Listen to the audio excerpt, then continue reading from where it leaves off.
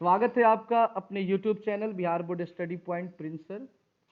आज की क्लास में हम लोग क्लास 12th का विषय हिंदी जो 100 मार्क्स का है दिगंत भाग 2 का काव्य खंड का एक नया चैप्टर पढ़ेंगे जिसका नाम है हार जीत। चैप्टर का नाम क्या है? हार जीत। और ये हमारा पाठ 12 है जिसके कवि का नाम है अशोक वाजपेयी। अशोक वाजपेयी। तो जैसा कि आप लोग जानते हैं कि हर चैप्टर के पार्ट 1 में हम कवि का परिचय और कविता का अर्थ पढ़ते हैं। तो चलिए इस पार्ट में भी पहले हम कवि का परिचय पढ़ लेते हैं और फिर कविता का अर्थ पढ़ लेते हैं। तो स्टार्ट करते हैं। यहाँ पे आप देख सकते हैं एक चित्र है, ये हमारे कवि अशोक वाजपेयी जी हैं, आपकी किताब में भी दिया होगा। तो इनका जन्म हुआ है 16 जनवरी 1941 को और जन्म स्थान है इनका दुर्ग छत्तीसगढ़, यानी कि दुर्ग जिला के छत्तीसगढ़ राज्य में इनका जन्म हुआ है। और मूल निवास है इनका सागर मध्य प्रदेश। सागर एक जिला है मध्य प्रदेश का, जिस तरह हम लोग गोपालगंज जिला में है। तो वहां पे ये अपना पूरा जीवन बिताए हैं, लेकिन जन्म इनका हुआ है कहाँ पे? छत्तीसगढ़ में। आगे है माता पिता। माता का नाम है निर्मला देवी और पिता का नाम है परमानंद वाजपेयी। शिक्षा यानी पढ़ाई लिखाई के बारे में, तो प्रारंभिक शिक्षा गवर्नमेंट हायर सेकेंडरी स्कूल सागर, सागर विश्वविद्यालय से बीए और सेंट स्टीफेंस कॉलेज दिल्ली से अंग्रेजी में एमए।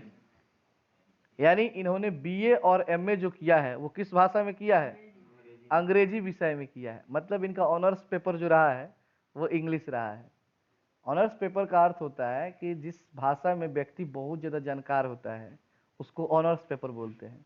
लोग वहीं ऑनर्स लेते हैं। जैसे अभी आप लोग इंटर में पढ़ रहे हैं, इसके बाद आप ग्रेजुएशन करेंगे तो आपसे पूछा जाएगा कि कौन सा सब्जेक्ट है जो आपका सबसे तेज है, कौन सब्जेक्ट है जिसमें आप बहुत तेज हैं, उसी सब्जेक्ट को लीजिए। आप एक सब्जेक्ट को चुनना होता है, उसको ऑनर्स पेपर बोलते हैं। तो इन्होंने जो ऑनर्स पेपर अपना रखा था, उन्होंने एमए में बीए में क्या रखा था? अंग्रेजी रखा था। और दिल्ली यूनिवर्सिटी से इन्होंने एमए किया था। वृत्ति जो है, मतलब इनकी जो आमदनी का स्रोत है वो है भारतीय प्रशासनिक सेवा के अधिकारी। मतलब ये आईएएस हैं अपने टाइम के, ये आईएएस हैं, भारतीय प्रशासनिक सेवा है, इंडियन एडमिनिस्ट्रेटिव सर्विस। आईएएस समझते हैं ना, एसपीडीएम समझ रहे हैं ना, उसके अधिकारी थे ये। कई महत्वपूर्ण दायित्वों का निर्वाह महात्मा गांधी अंतर्राष्ट्रीय हिंदी विश्वविद्यालय में प्रथम कुलपति पद से सेवानिवृत्त हुए। संप्रति दिल्ली में रहकर स्वतंत्र लेखन, मतलब दिल्ली में ही रहकर पूरा लाइफ इन्होंने मतलब लेखक का कार्य किया है। इनको कौन कौन सा सम्मान मिला है? तो पहला मिला है साहित्य अकादमी पुरस्कार, दूसरा है दयावती मोदी कवि शेखर सम्मान, तीसरा है फ्रेंच सरकार का officer of the award of arts and letters 2005, फिर मिला पोलिश सरकार का office of the order of cross 2004। ये सब उनके सम्मान, उनके पुरस्कार हैं जो उनके लेखन कला पे मिले हुए हैं। उसके बाद है कृतियां, मतलब इन्होंने क्या क्या लिखा है। तो कृतियां में 3 दर्जन के लगभग मौलिक और संपादित कृतियां। 3 दर्जन समझते हैं ना, मतलब 1 दर्जन में 12, तो 3 दर्जन मतलब 36। 36 से भी अधिक इन्होंने कृतियां की है।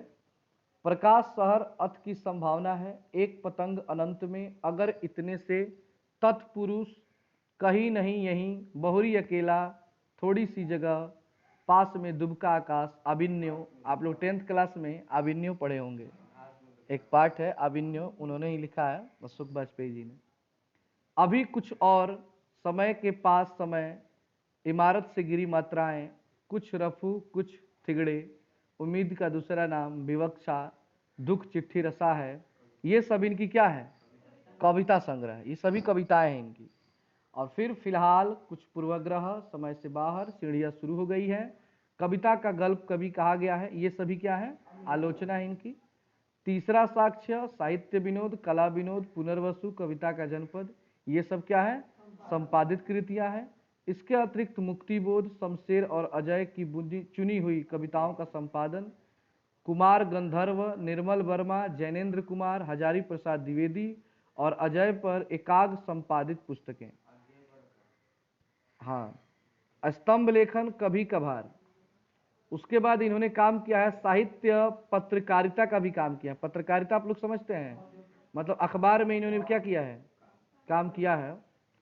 वो कौन सा अखबार है, तो समवेत, पहचान, पूर्वग्रह, बहुवचन, कविता एशिया, समास आदि का संपादन, द बुक रिव्यू समेत अनेक पत्रिकाओं के सलाहकार संपादक भी रहे हैं। इतने पदों पे इन्होंने बहुत सारा काम किया है। आगे उनके बारे में, अशोक वाजपेयी समसामयिक हिंदी के एक प्रमुख कवि, आलोचक, विचारक, कला मर्मज्ञ, संपादक एवं संस्कृति कर्मी हैं। मतलब वो कवि भी हैं, आलोचक भी हैं, कला मर्मज्ञ हैं, विचारक हैं, संपादक हैं, संस्कृत कर्मी हैं। इतना काम उन्होंने किया है। कवि एवं आलोचक के रूप में उनका उदय 20वीं सदी के 7वें-8वें दशक में हुआ था। अब आपसे यहाँ पे एक प्रश्न हो सकता है कि अशोक वाजपेयी किस सदी के कवि हैं, तो आप क्या कहेंगे, 20वीं सदी के। और कौन से दशक में, तो 7वें-8वें दशक। तो 7वें-8वें दशक का अर्थ क्या हुआ, 1970 से 1980 और 1980 से 1990 के बीच के ये कवि हैं। सदी के अंतिम वर्षों में, सदी मतलब होता है शताब्दी, शताब्दी के अंतिम वर्षों में वे देश के शीर्षस्थ साहित्यकारों के बीच विशिष्ट ख्याति और प्रतिष्ठा के व्यक्ति बन गए। उनके अध्ययन, अनुशीलन, अभिरुचि एवं रचनात्मक गतिविधियों का दायरा विस्तृत है। कला, साहित्य और ज्ञान की विविध विद्याओं के अतिरिक्त परंपरा और संस्कृति के विविध रूपों और अनुशासनों के बीच समन्वय संवाद की कल्पनाशील जनतांत्रिक पहल के लिए वे पर्याप्त प्रसिद्धि प्राप्त कर चुके हैं। लेखन और आयोजनों के द्वारा उन्होंने अनेक बार अपनी सामासिक अंतर्दृष्टि, जनतांत्रिक सोच और समावेशी उदार विनियोग बुद्धि प्रमाणित की है। अशोक वाजपेयी का जीवन कला, साहित्य, संस्कृति, समाज आदि के संबंध में दृष्टिकोण और मनीषा आधुनिक अर्थों में भारतीय और वैश्विक एक साथ है। फिर आगे कहा जा रहा है कि अशोक वाजपेयी एक कवि और साहित्यकार के रूप में हिंदी में अकविता के अनास्थावादी नकारात्मक आंदोलन का स्वस्थ सकारात्मक समाजवादी दृष्टिकोण और संवेदना द्वारा सृजनात्मक प्रतिकार करते हुए सामने आए थे। उनकी संवेदना, भाषा और रचनात्मक चिंताओं ने व्यापक पाठक वर्ग का ध्यान आकृष्ट किया था। वे एक समर्थ संभावना के रूप में इसलिए देखे और पहचाने गए थे कि कविता की जरूरतों और तकाजों की उनकी पहचान खरी थी। वे उन जरूरतों की भरपाई राजनीति और विचारधारा के उताप भरे तत्कालिक तत्वों से नहीं करते हुए गहनतर रचनात्मक मानवीय अर्थों की पूछ, इसके बाद क्या है जी, पेख के लिए समुदत दिखाई पड़े थे। आगे उनकी यह रचनात्मक खोज तो जारी रही, किंतु इसके लिए मानव संबंधों के परिवर्तनशील यथार्थ से भरे हुए जीवन और समय समाज के बीच जैसे गहन सिद्धांत ऐसे स्वाधीन चेता कवि के लिए अनिवार्य थी, वह उन्हें प्राप्त न हो सकी। उनकी बहुविध व्यस्तताओं भरी जिंदगी ने ऐसा अवसर उन्हें लेने नहीं दिया कि वे विविध कलाओं के सौंदर्य तथा दर्शन के शाश्वत प्रश्नों, सरोकारों, इंद्रियों सुखों और लालसाओं से अपनी कविताओं को लैस करते हुए आगे बढ़ चले। उनकी कविता में व्यक्तिक आग्रह बढ़ने लगे। खुशहाल मध्य वर्ग की अभिरुचियों को तुष्ट करने में उनकी कविता में एक तरह की स्वच्छंदता विकसित हुई। एक समर्थ कवि की पहचान उनकी कविता में कौंधती है। एक ऐसा कवि जिसका मानस विस्तृत है, उदार है, संवेदना प्रति उत्सुक है और भाषा स्फूर्त, समर्थ, भारहीन और अर्थग्राहणी है। प्रस्तुत कविता अशोक वाजपेयी के कविता संकलन कहीं नहीं वहीं से ली गई। ये लाइन अंडरलाइन कर लीजिएगा। अगर पूछा जाए कि कविता कहाँ से लिया गया है तो कहीं नहीं वहीं, क्योंकि इतने लाइन हमको यही इंपॉर्टेंट टॉपिक मिला है। और एक गद्य कविता है, ये भी बात याद रखिएगा। ये जो पाठ हम लोग पढ़ने वाले हार जीत, वो किस प्रकार की कविता है, गद्य कविता। देखिए कविता पद होती है, पद मतलब कविता होता है, लेकिन ये जो कविता है वो गद्य कविता है। गद्य कविता का अर्थ कहानी के जैसा कविता है। ये देखिएगा आप लोग, कहानी के जैसा ही कविता दिया हुआ है। अशोक वाजपेयी ने गद्य कविताएं काफी संख्या में लिखी और प्रकाशित की हैं। हिंदी में गद्य काव्य तो पुराना है, जो वस्तु कविता नहीं गद्य का ही एक रूप हुआ करता था, किंतु गद्य कविता नई है और पिछले 15-20 वर्षों में अनेक कवियों द्वारा पर्याप्त संख्या में लिखी गई है। कितने वर्षों में लिखी गई है? फ्रांसीसी, अंग्रेजी आदि यूरोपीय तथा अमेरिकी भाषाओं में नए ढंग की इस गद्य कविता का लेखन 20वीं सदी के पूर्वार्ध, विशेषकर द्वितीय विश्व युद्ध के समय से ही होता रहा है। फ्रांसीसी कवि सेंट जॉन पर्स की ऐसी गद्य कविताएं टी.एस. इलियट के द्वारा लंबी भूमिका के साथ पेश की गई है, किंतु वे आकार में बहुत लंबी है। इस तरह की छोटी गद्य कविताएं खासतौर पर हिंदी में बहुत नहीं है और इनका विशिष्ट रूप और आकार प्रकार समसामयिक अनुभव की विलक्षणता में निहित है। कुछ तो महज फैशन के कारण भी लिखी जाती है, किंतु मूलतः इनकी रूप संरचना का उत्स कवि के काव्य अनुभव में होता है, जो गद्यात्मक होता है। गद्यात्मक यानी दैनंदिन जीवन अनुभवों की धरती से बोलचाल, बातचीत और सामान्य मनः चिंतन के रूप में उगा हुआ।